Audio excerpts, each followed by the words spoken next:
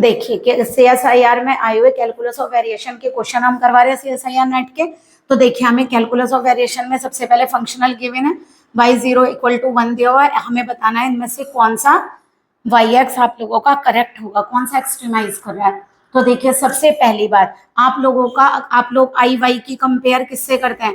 आई Y की compare आप करते हैं x0 to x1। मान लीजिए ये क्या होगा fxy y डैश dx, इससे करते हैं। तो यहाँ पर जो fxy y डैश है वो आप लोगों का क्या है y डैश स्क्वायर। तो देखिए ये ओनली फंक्शन किसका है?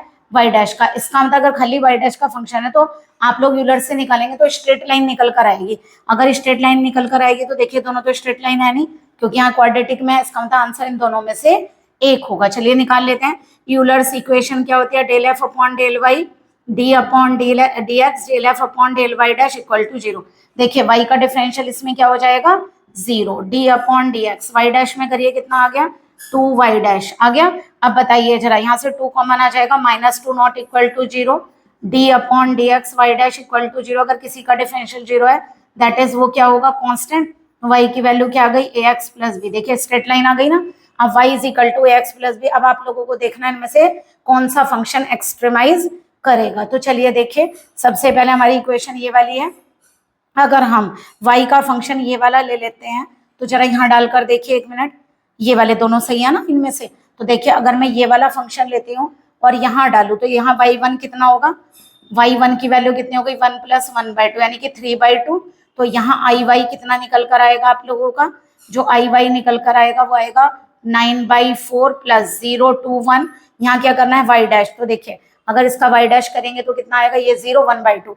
तो 1/2 का स्क्वायर क्या हो गया? 1/4 dx। तो यहाँ से कितना आ गया? 9/4 + 1/4 x और 0 to 1 तो 1 आ जाएगा। 9/4 + 1/4 इज 10/4।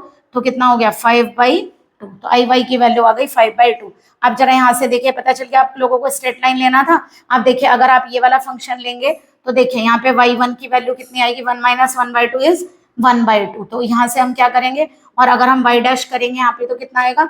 -1/2। वैल्यू डालिए यहाँ पर तो आप लोगों का जो आई वाई निकल कर आएगा 1/2 का square is 1/4 plus y dash की वैल्यू डालेंगे यहाँ पे स्क्वायर करेंगे 1/4 dx। तो 0 to 1 लेंगे वही 1/4। तो 1/4 + 1/4 इज 2/4 यानी कि 1/2। कौन सा मिनिमम है? 1/2। 5/2 तो मिनिमम नहीं है। तो कौन सा वाला मिनिमाइज कर रहा है? हमारा फंक्शन बाद वाला। इसका मतलब ऑप्शन 3 करेक्ट होगा।